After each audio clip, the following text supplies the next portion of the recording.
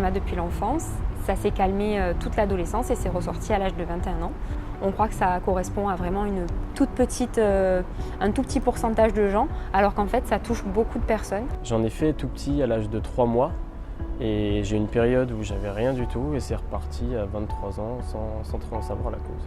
Il a fallu un peu tout reprendre. Au début je savais pas trop ce qui se passait. Je suis sorti de ma douche, ça s'est mis à me démanger. Je me suis demandé ce qui se passait. Et au fur et à mesure, on m'a diagnostiqué une dermatite atopique. Je suis atteinte d'eczéma depuis l'âge de 3 mois.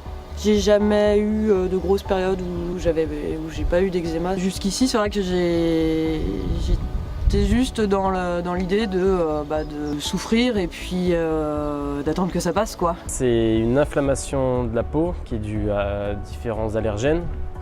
Et cette inflammation, elle va provoquer une sécheresse de la peau.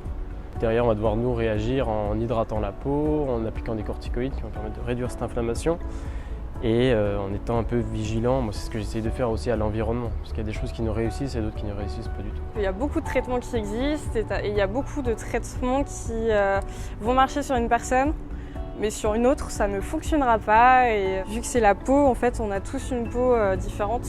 La vie des enfants, des personnes atteintes d'eczéma est difficile, mais celle des proches est également très difficile.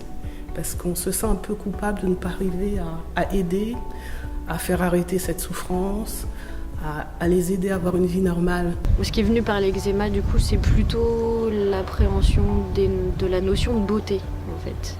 Ado, j'en ai un peu souffert, donc il y en a qui ont de l'acné, moi j'avais de l'eczéma.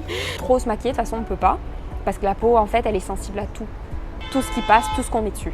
Donc moins on en met, mieux c'est. J'essaie de faire attention parce qu'on peut vite devenir assez négatif avec les gens, dans le sens où des fois ils se disent que c'est pas grand chose ou que bon, arrête de te gratter.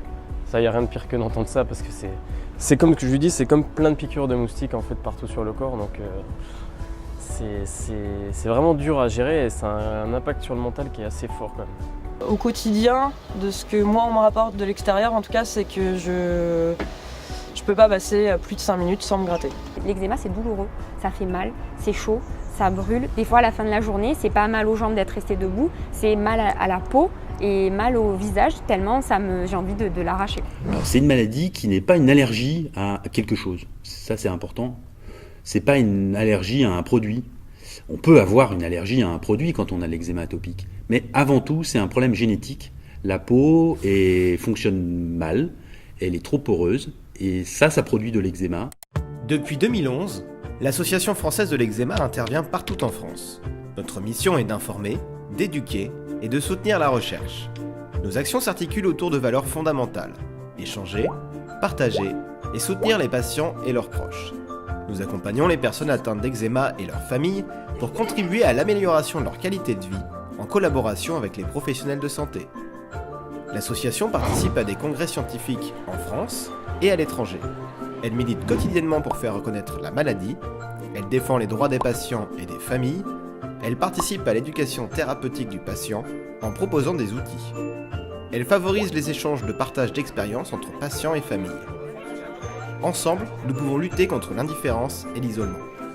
Rejoignez l'Association française de l'eczéma pour nous aider à poursuivre et à faire connaître nos différentes actions.